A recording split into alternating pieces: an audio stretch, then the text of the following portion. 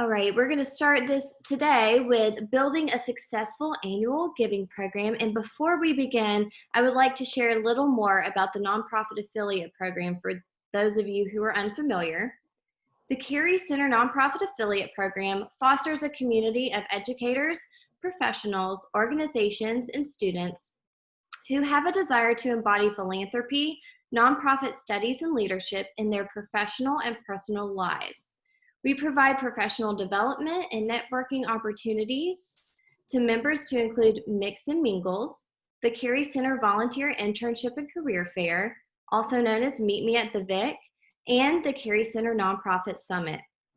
In addition to these events, now more than ever, we are focusing on professional development and learning opportunities to include our summer fundraising series and the Nonprofit Affiliate Book Club. Carey Center nonprofit affiliates are the first to learn of upcoming programming, and membership is free. I will include information on how to join the nonprofit affiliate program and would be delighted to have the pleasure of working with you, especially as we all navigate this challenging time. We are also winding down our survey titled The COVID-19 Effect on Alabama and Georgia Nonprofits, and I will be sure to include that information in the email to follow today's program. Now, let's get to the reason you are all here. Please join me in welcoming today's speaker. Susan Cowart, Director of Parent and Annual Giving at Auburn University, has had a lifetime of fundraising. Susan began with overseeing an $11 million piece direct mail program for Citizens for a Sound Economy. She has worked for the Alabama Symphony, volunteered for the Junior League of Alabama, Birmingham, and run a congressional campaign office. As Annual Fund Director at Birmingham Southern, she inaugurated multiple successful campaigns for BSC, including the Battle of the Greeks, which raised the college's giving percentage by 5 points in 2 months. Susan accepted the directorship of Auburn's annual giving program in April 2015. The annual giving team since that time has doubled annual giving and increased donors by 40%. Susan recently earned the recognition as a certified fundraising executive. Susan is married to Philip Cowart, Director of Development for the Auburn University College of Agriculture. They together have 6 children, 2 sons-in-law, 1 daughter-in-law, and 3 grandchildren. Susan enjoys attempting to grow an English garden in Auburn's clay soil, trying new recipes, and attempting to write down recipes that have been created by trial and error, and watching a sunset anytime she can. I would love to know more about that, Susan. My roses are struggling. We are thankful she took the time to join us today and share her knowledge and passion for annual giving. Without any further delay, please welcome Susan Cowart. All right. Let's see. And there you go, Susan. You should be able, nope. Trial and error, here we go. Hey, welcome everyone. We're gonna attempt it. I'm gonna now take control of the screen. It says I can't do it. Here we go. Try one more time. There you go. Okay, here we go.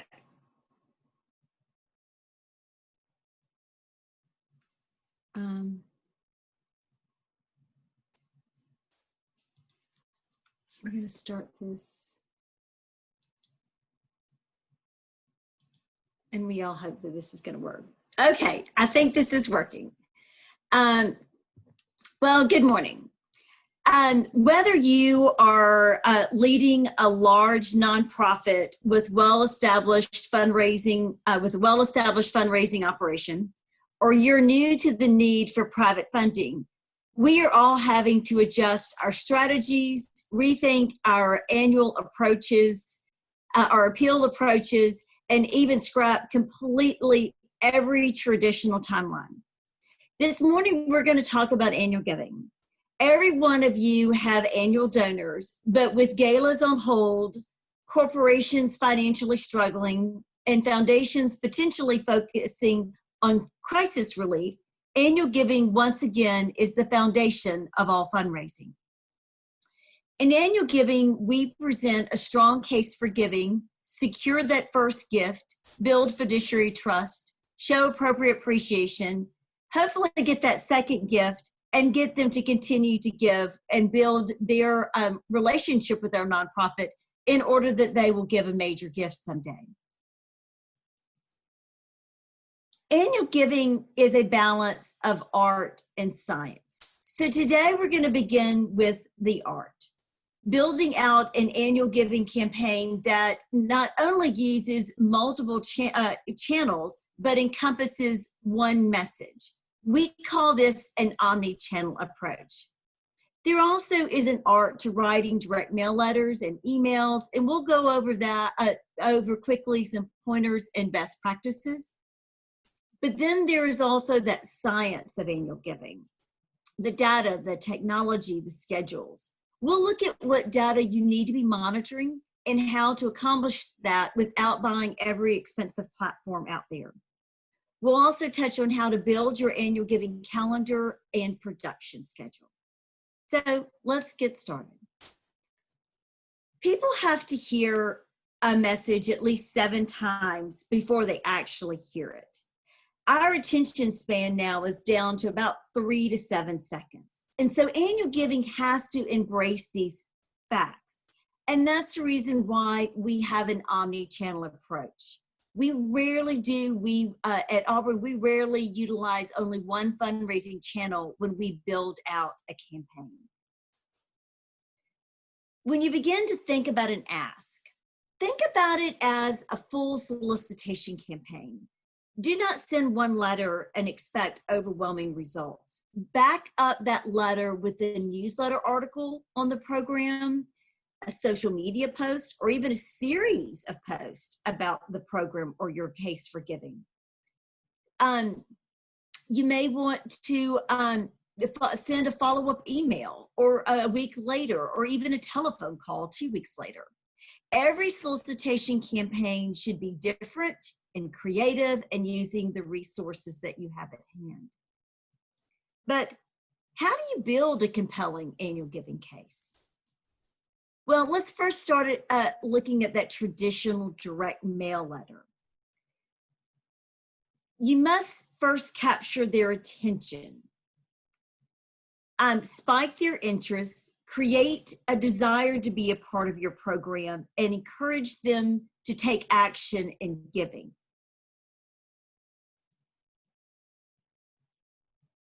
You must get their attention in the first line. An example here, and it's a little blurry, and please forgive me. For this why letter, the first sentence in this letter says, ask any 4-year-old, and she will tell you there is something wrong with the equation 1 + 1 = 1. But to us, that makes perfect sense. That sentence brings you in. You've got to find out, how is 1 + 1 = 1?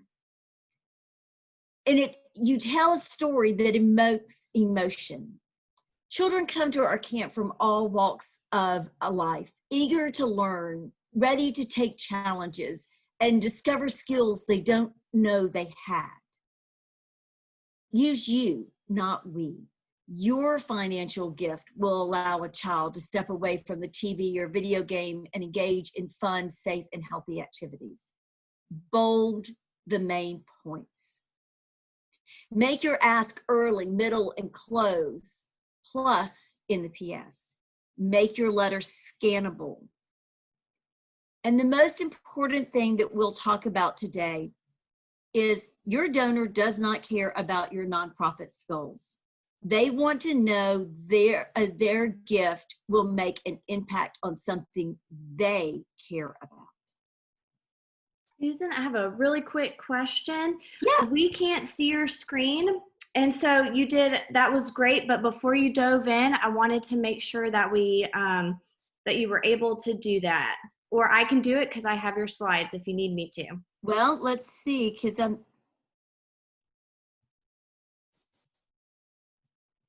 I couldn't even tell until until 5 minutes in, and then I thought, oh, there's supposed to be slides.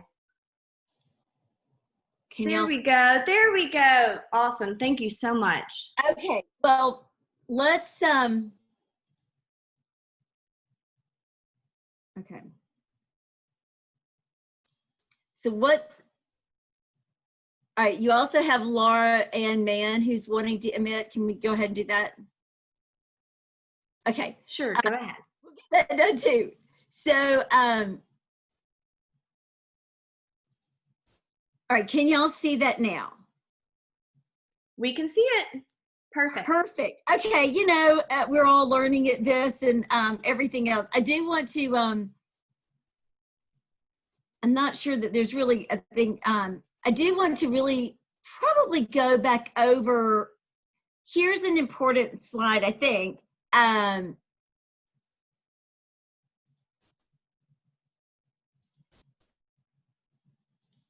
All right, and I am doing exactly what you said for me not to do, which is to admit people and be disturbed with that. These are the 5 points of a letter. And it is you have to capture their attention, spike their interest, create that desire, and encourage them to take action.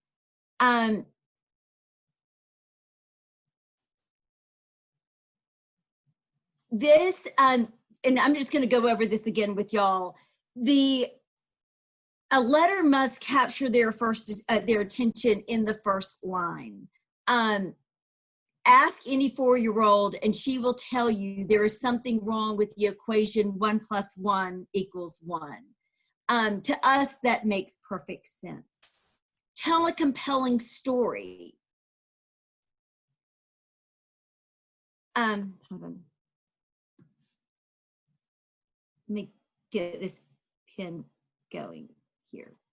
Tell a compelling story. Children come to our camp with all walks of life, eager to learn, ready to take challenges and discover the skills they don't know they had.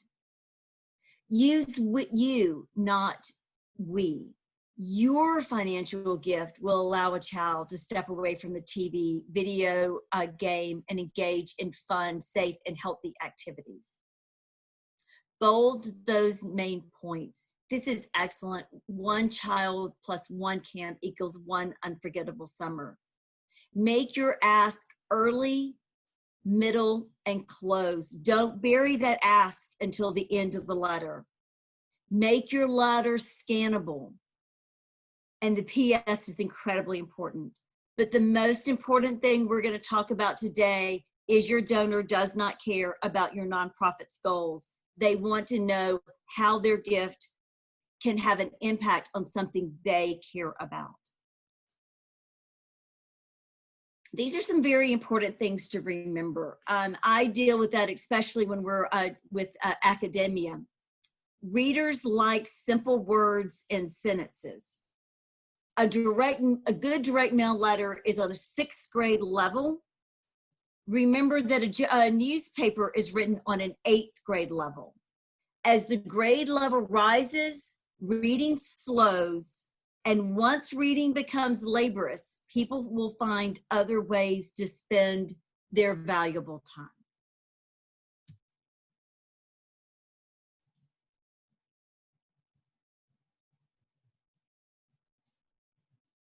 So we've covered the several best practices for annual giving, for direct mail. Now let's turn to your tone. Be positive. Do not try to depress people into giving. Philanthropy should feel good. And let's look at some examples.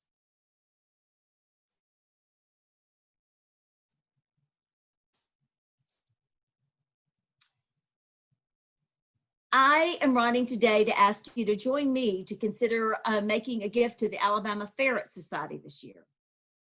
Please join me in making a gift to the Alabama Ferret Society. Join me in making a gift. Make your ask strong and with confidence. Now going back to that concept of we and you, here's some really good examples. What matters to us, Our school has a distinguished reputation. What matters to your donor? We impact people in society. What matters to us? State support is declining. To them, philanthropy is increasing. We did amazing things this year. Your gift did amazing things this year. We're in a campaign. How many times do we say stuff like that? They care about, we have defined new opportunities. Briefly, let's talk about emails. They are practically free, besides, of course, the software or the platform to send them, and they're quick to send unless you get tied up in all the edits. Standalone emails to be successful must present urgency for funding, a strong case for giving, and a fast approaching deadline. Emails can also be used in an omni-channel campaign to introduce an ask or reinforce it.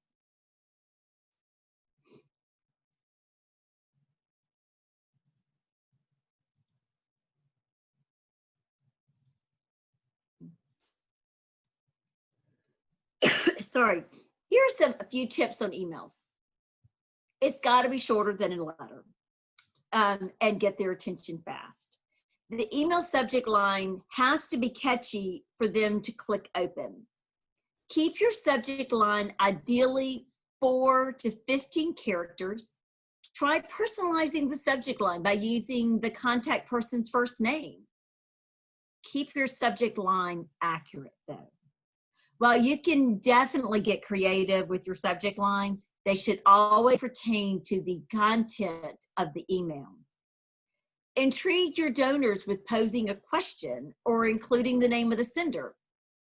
But the best advice is to test. Test the time of day, the day of the week, the signer, the subject line, graphics or only text.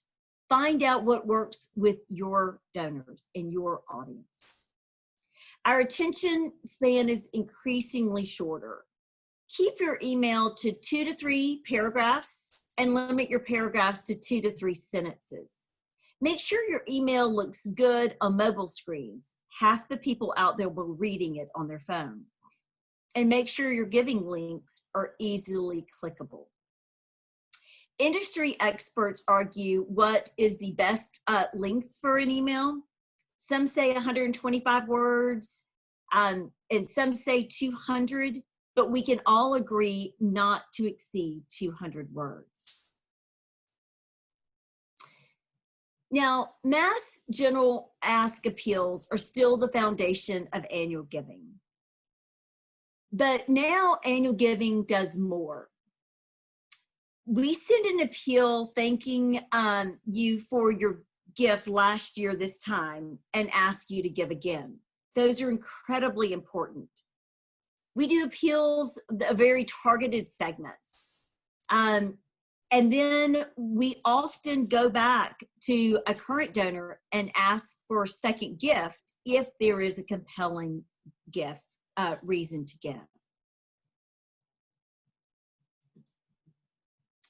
What are some questions about the art of annual giving? Do we have any? Feel free to unmute yourself at this time if you have any questions, and I will also check the chat to see, does anyone have any questions on the art of annual giving?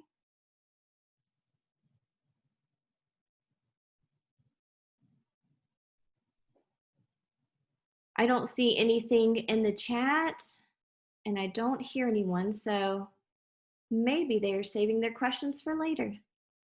Okay. Awesome. Oh, I see one. Kim asks, what do you mean by targeted?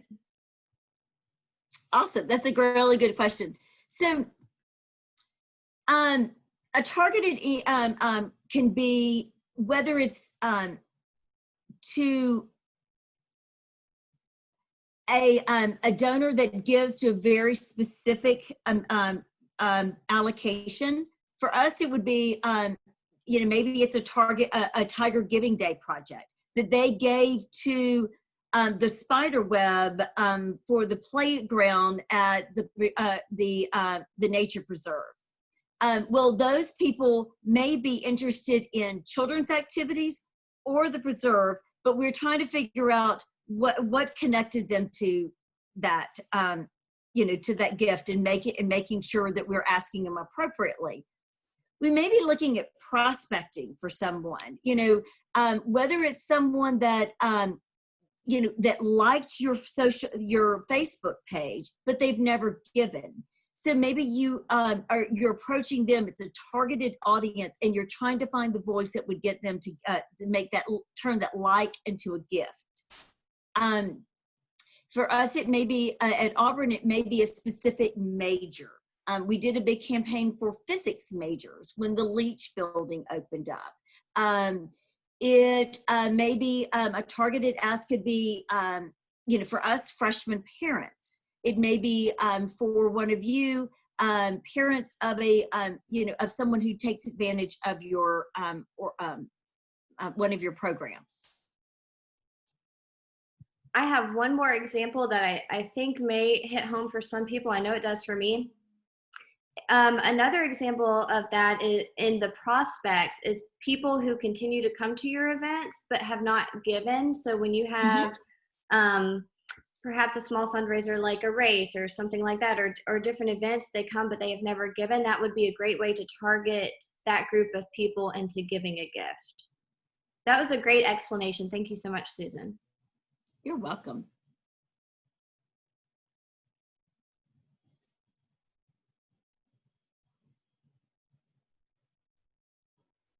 All right. Well, certainly, stop me along the way if, and we can find, I'll answer questions along the way, or, in a little bit, we'll pause again and ask some more questions, answer some more questions.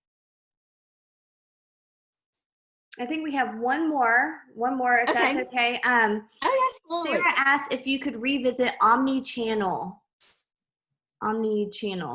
She missed what that was. Okay. Let's just go back to that slide.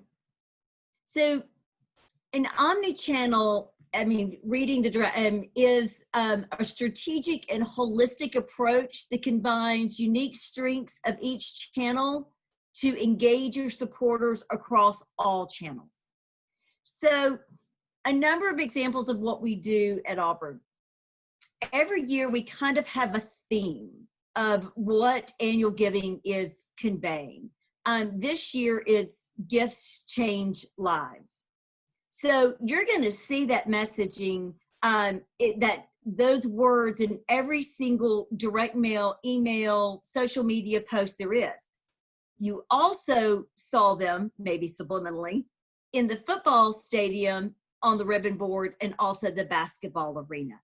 That one line was used over and over again. It's in our AL.com ads. It is, we embrace one phrase and it's everything we do.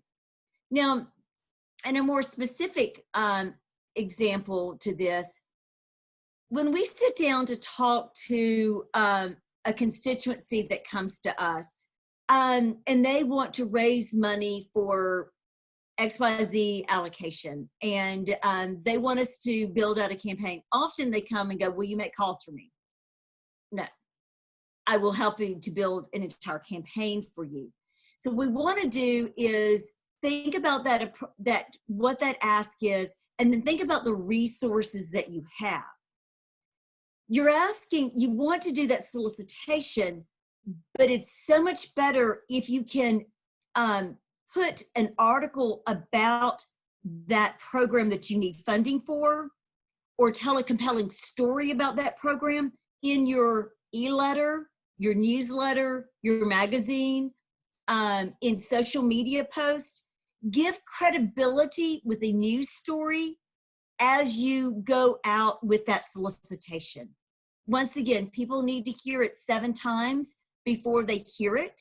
So hitting them in different ways. And just like we have different learning preferences, so do our donors also have better ways that they hear things. So, you know, sometimes you can not put a URL in any of those news stories, but sometimes you do, and we do occasionally get gifts from ads. We have definitely gotten huge amounts of gifts from social media posts from colleges. An example is the College of Education. They had, we did a challenge campaign with You Might Be for Auburn Foundation. It's a $25,000 gift that they do as a challenge. The College of Education used it for their Eagles program, which is a program for mentally disabled students to come to Auburn. They use their social media pushing out the content for this campaign as we were going out with letters and emails and Facebook ads and telephone calls and everything else. We actually got some substantial gifts from their social media URL. And we'll talk about that in the science of how do you track where all those gifts are coming from. Perfect. Thank you so much. I think that answers the questions on that. Okay. Let's skip over to some of that tracking. So the science now. My little quote that I always say is success begins with strategy, but strategy begins with data. Strategy is more that art, and data is more that science. Now, often when we start talking about data, people glaze over or they start hyperventilating. There are a number of calculations and trends that it's best to monitor when you're building at an annual giving program. I want to start before we go into what all these different data points that you want to look at, to say, yes, some of you can afford expensive dashboards that calculate all this. Some of you can't. I right now have the luxury of having dashboards. I started my career with Excel spreadsheets. You can calculate all of these in Excel, and it really isn't that difficult. So let's kind of talk about it with the mindset that you're going to work on Excel and not a fancy dashboard. You got to determine first how much money you raised. That's pretty simple. You can find that out.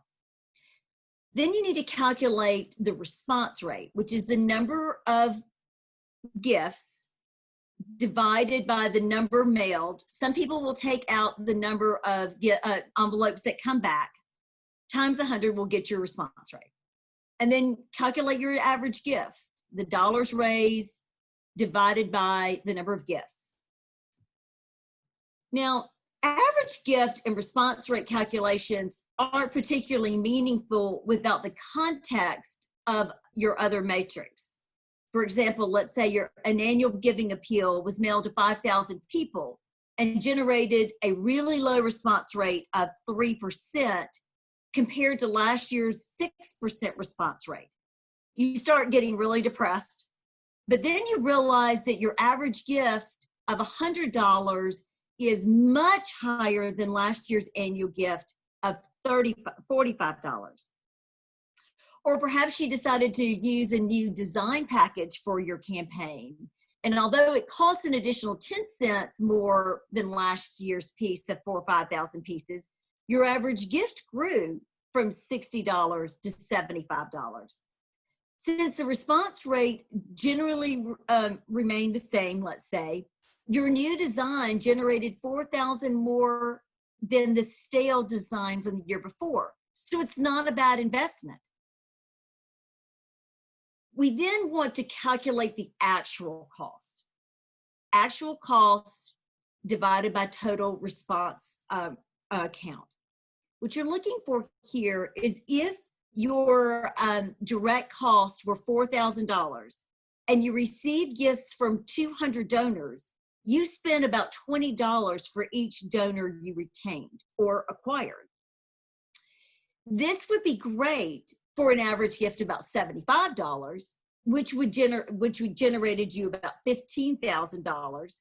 But it's not so great if that average gift was $25, because all then you would have received is about $5,000. So looking at these numbers, you're able to focus on what's working and what's not.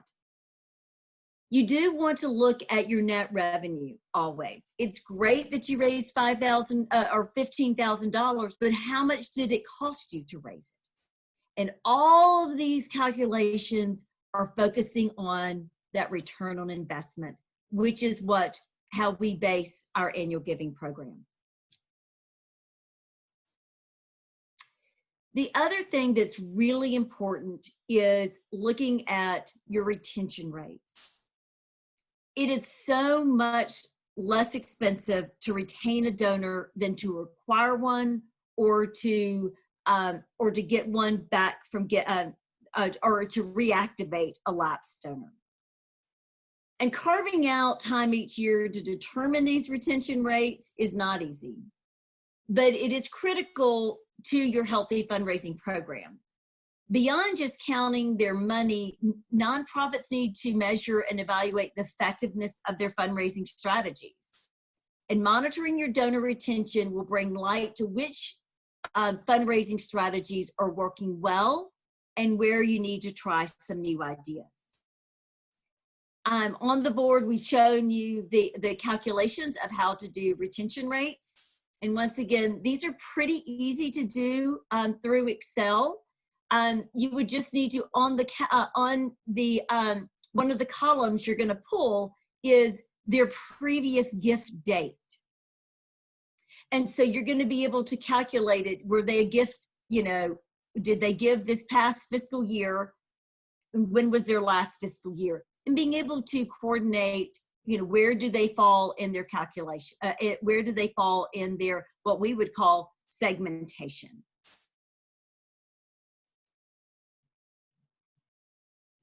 Now, in order to build out an annual giving plan, you have to review your data and understand what combination of channels are working, who is giving, when are they giving, what is the most successful case for support. Your data is going to help you discover that.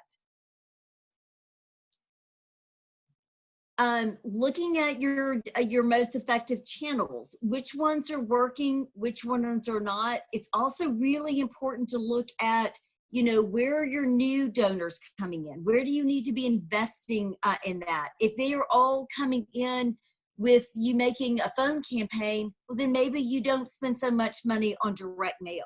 Or maybe you've got a great direct mail piece that you send every year that acquires new donors. Your data is going to show that to you.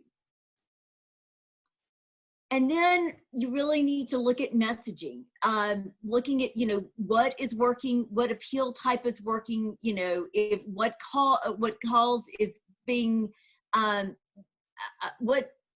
if a certain calls raises money better on email than direct mail, you need to be looking at that so you can make the right decision. And so success begins with strategy, and strategy begins with data, but data begins with appeal codes. And that's how we find this data out. So appeal codes can tell you who, recent donors, lapsed donors, future donors, how did they, was it a mail card, was it URL, was it a phone pledge, Tiger Giving Day? When did time, was it fall, calendar year, spring, summer? And then what channel? Was it a letter, a phone, an email, a social media ad, Facebook ad, AL.com sponsored article? What channel did they use? And this is a sample of a print sample of one of our reply cards. Here is, well, I thought I was getting the pen, maybe not. Here we go. Here is our appeal code. Now, appeal codes on a reply device like this is going to help the person that's doing your gift processing to be able to key that in with that gift. A URL is a special link that has an appeal code embedded in it that not only takes them to the right giving page, but also lets you be able to track that they read they read this direct mail piece, but chose to give online. And those are some really important facts to watch after. So this reply card was for the College of Agriculture. That URL sent them directly to the agriculture giving page. And as you can see in the hyperlink here, it has that appeal code that says web. This is constituency mailer 19 agricultural general ask web.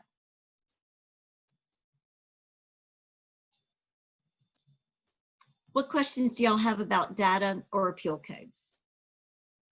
I have a question from Jennifer, and she asks, what threshold is considered a worthwhile net return on investment for a direct mail campaign? Great question. And it really depends, you know, are you looking at, you know, are these your very best donors?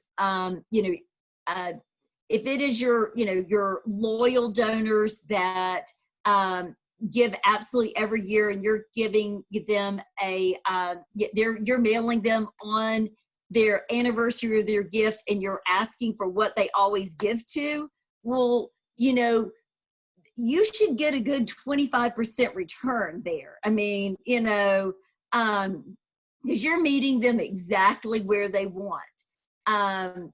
You know, if you're looking at a total acquisition, like these are people that you, whether you rented the list or it's, there's some type of touch point, whether it's someone that their children have gone to camp, you know, in one of your programs, or they did an event attendee, or they walked through your gates, some type of acquisition list, then, you know, a pure acquisition, even a 2% can be good return rate.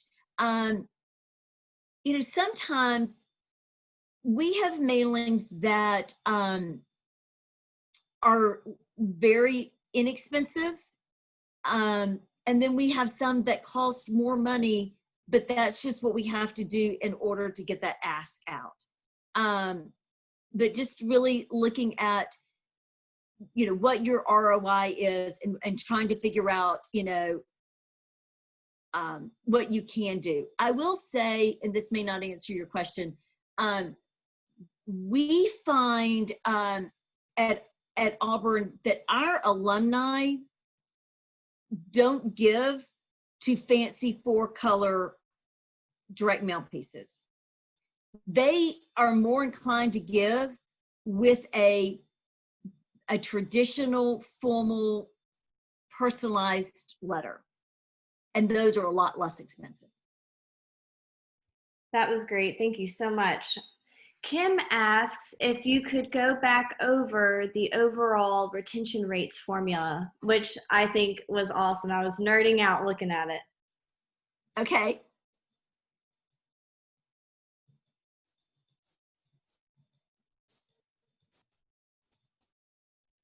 So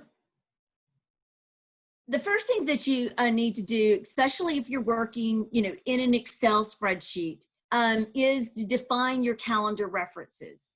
And this would be an example of, you know, the current year, this year, and whether you're on a calendar year or fiscal year, adjust these. But let's just play for simplification that you are looking at donor retention by calendar year.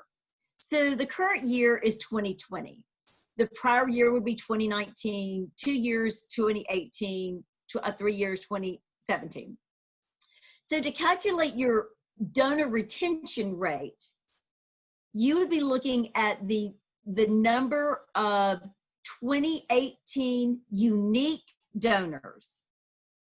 you know, you got to dedupe all those IDs, the unique donors who gave in 2019.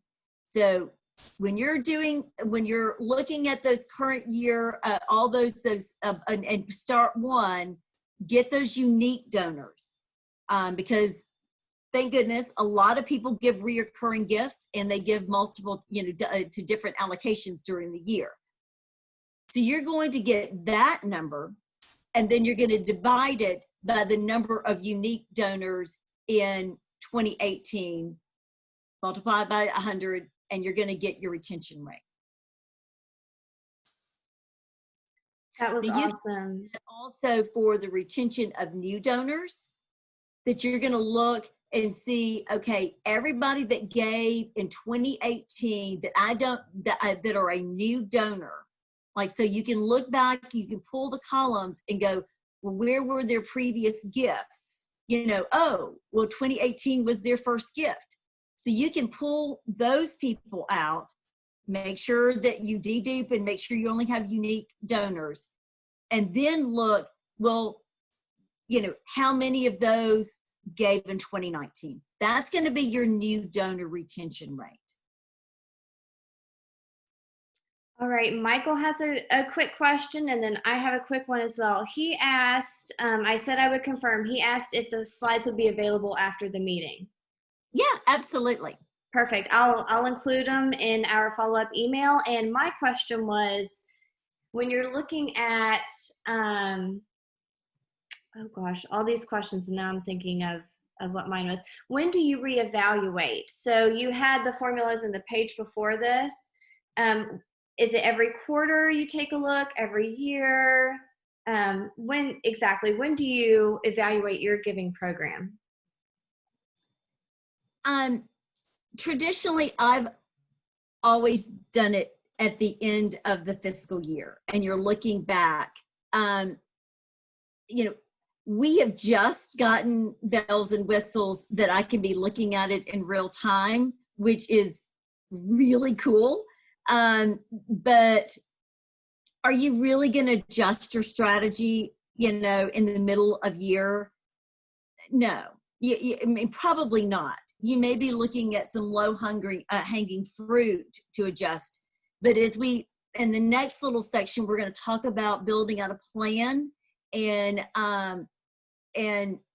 you know, annual giving is so methodical and so thought out that you don't adjust too much because your average gift is too low. I mean, yeah, I mean, you may, but really once a year, maybe twice a year, looking at, you may want to look at, after your big calendar year in, I mean, we do this, you know, once you're finished with a big campaign, you know, let it sit a month, 6 weeks, and then compare it to year, and see what can we learn. Was, you know, did we check, like we talked about, you know, when you're looking at the response rate and the average gift, we changed something? Did it yield better results or not so much? Perfect. Thank you so much. And I think Kim has one last question to follow up on the last one. She said, do you do that for each year? So for example, if you go to PY4 and PY3 and then move forward to now? I absolutely do, because I'm looking at, is there a dip in retention rate as people as people age out? I mean, for a whole bunch of things. One, I want to see if you were 2 years consecutive, 3 years consecutive, 4 years consecutive, 5 years, where is it that I'm having a retention problem, so that I can maybe focus a little bit more on stewardship, as well as maybe getting really creative in those asks. So looking at all these and running them in different ways, whether it's by generation, if you know their age, or, you know, is it in town in comparison to out of town? Is it, you know, people that normally gave to your gala, are they retaining? all these different things. As you have time running these numbers and looking at these numbers, will be able for you to be able to look and go, oh, this is where we need to spend more time. Now, your gut's probably already going to tell you that. You already know probably what's down, what's up, and everything else. It's just sometimes comforting to have the data prove it to you. Or sometimes the data can completely contradict what your gut was too. Thank you so much for answering those questions. All right. Well, let's go on to building out, sorry, as we flip through all these, a plan. So when someone comes to me and says, will you raise money for me? We need to raise money for XYZ. I ask them 5 questions. And so when you're considering doing an ask, you need to be thinking about these 5 questions. What are you raising money for? And your accountant may be saying, and do you have an allocation fund already set up for that? Does the accounting know, could they, if it's very specific, do they know how to allocate that money correctly? Why would a prospect want to support your current need? What's your case to giving? Who would be interested in supporting your current need? Who is going to be that target audience? And the more critical thing is, do we have the contact information for those above people?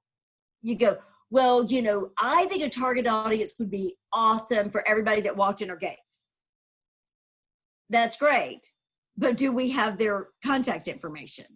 And then when would be the best time for the appeal to go out? We have established this planning sheet over the last year that the top part of this planning sheet answers those 5 questions. Plus, who's the signer? The signer, is going to help start creating that voice. Then we start looking at the appeal components. What type of, is it going to be a direct mail letter, an email, social media, Facebook ad? How are we going to build this thing out?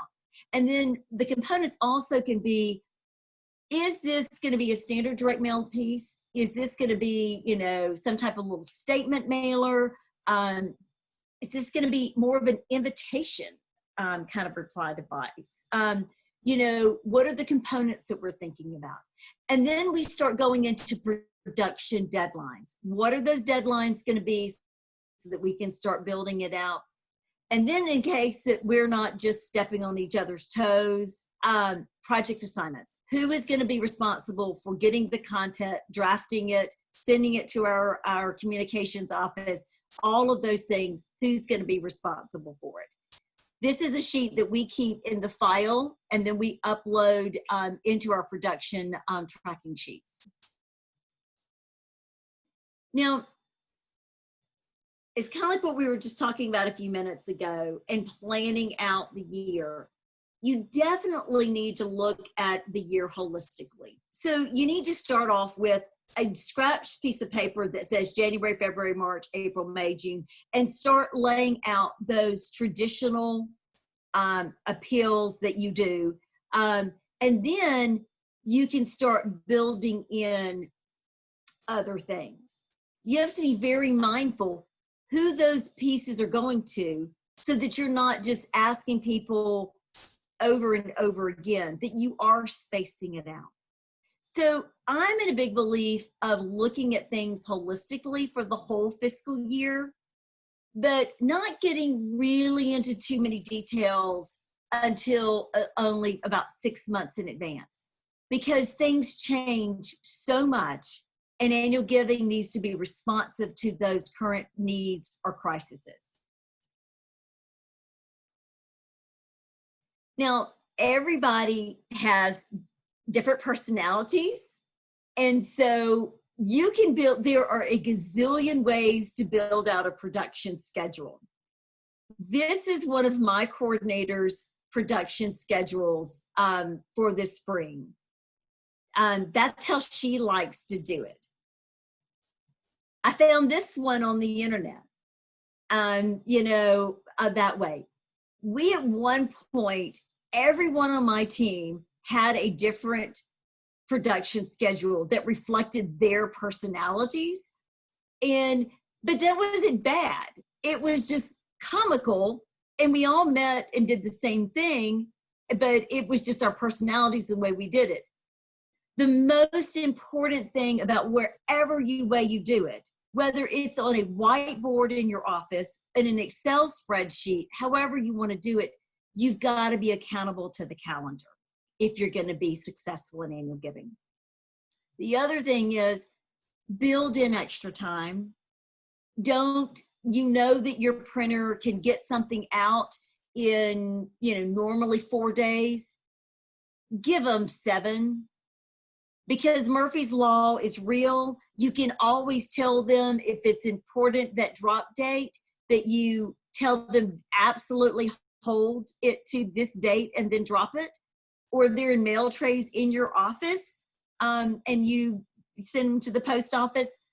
But build in some extra time, because you never know, he's going to be sick, the power goes off. I've had everything happen. Tornadoes come through, kill the entire, substation. Build in those things so that you stay on schedule. So one of the last things I want to touch on is bells and whistles and shiny objects. In annual giving, there are so many, and most of them, in my cynical opinion, are not worth your hard-earned budget numbers. Many things, if you are creative, you can do on your own.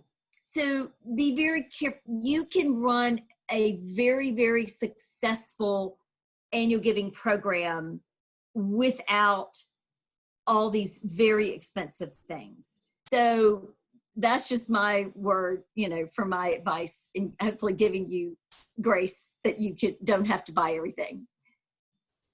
Now, I will give you some resources that some of these are free and some are not. But if you're not, you don't subscribe to the Annual Giving Network, do go on and get their free blogs. They have great articles that, and sometimes they'll share samples, but those are all free. They do have fee webinars, which run about $300 a webinar. You can join for $250 or $2,500 a year. I'm not going to advocate if you're a small shop, you need to do that. The donor relations guru, Lynn Wester, she's doing Facebook Live. I think she calls them cocktail hours every Wednesday at 3 o'clock Central Daylight Time. That is a world of information, not just about donor relations, but fundraising in this COVID culture. She has a lot of free blogs that come out, I think, every Friday. And, some of her webinars are free right now. Most of them are paid. Something I came across in doing some research this week is this website called Smart Annual Giving. It's amazing. It's meant for small shops. They have free articles. Their Annual Giving Academy is free in the intro membership, but I think their whole membership is $300. They have online classes that are free, or about $50. So that's a really great option, especially in this environment that you're not going to travel to a conference. But two, you go to a conference, it's going to cost thousands of dollars, and these online resources are definitely worth their while. So I think we have a few minutes left. So does anyone else have any more questions? That's right. We have about 3 minutes left. If anyone has questions, feel free to unmute yourself and ask, or drop your question in the chat and I can ask.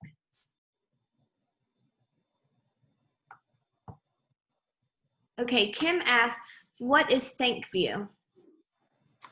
Okay, Thank You is a pretty cool platform that sends an email with an envelope that's branded to your case, your calls, and opens like an invitation. It's like a thank you note. You can embed video in it. Most people do. It can either go mass to people, like a huge list of people, I think, well, under 10,000, or it can be very specialized. Like you have a very special donor that you want to send an impact story, whether it's the person that, you know, benefited from their gift that you do a video for, or it's a small group of donors. It's really a donor relations tool. Some people are using it for solicitation, but if you do, I mean, it needs to be done rarely. I don't know the intro cost to it. You know, the intro small phase of it would be several $1,000s up to, you know, $12,000. And if I'm not mistaken, this was under the bells and whistles of, hey, you can do something else perhaps just as effective without having to do this if you're a small shop. You know, you can get your video. I'm trying to get back to my mouse to cooperate and get back to the slide. Maybe if I do it this way. All right, well, here. Yeah, I mean, you know, you can make a video with your phone and have someone far more technical than me embedded in an email and say the same thing. Okay, you're not going to open the envelope, but if you want to send your donors an impact video, you've got the capability in your hand with a smartphone. I agree. I think as a donor, I would prefer that with a personal message over something that a little more fancy, or even thank you notes. I saw on a message board earlier this week, a development director was asked by her board to write thank you notes, and it was something like 200. And she said, is this worth it? And everyone is like, yes, of course. And I'm thinking, every time I get a thank you, I want to put it on my fridge. And that would be even more than that. So thank you. That's perfect. Any other questions? All right, I think everyone is good to go. So I'm just going to follow up with a few things. And Susan, thank you so much. I've taken a ton of notes, and I'm excited to go back over all the slides and learn a little bit more. Thanks again for joining us today to learn more about annual giving. Please join me in thanking Susan for an excellent program. If you have any additional questions or comments, please feel free to email me. My email address is branyba@auburn.edu. I'll also be emailing you, so you'll see it. Please join us next Wednesday, June 17th at 10 a.m.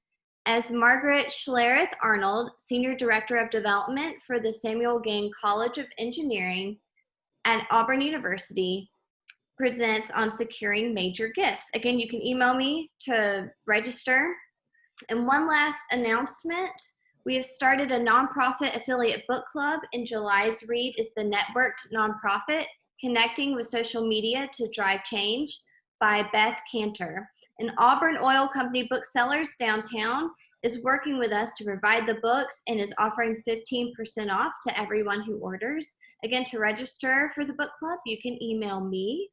And again, thank you so much to everyone for taking time to invest in your organization.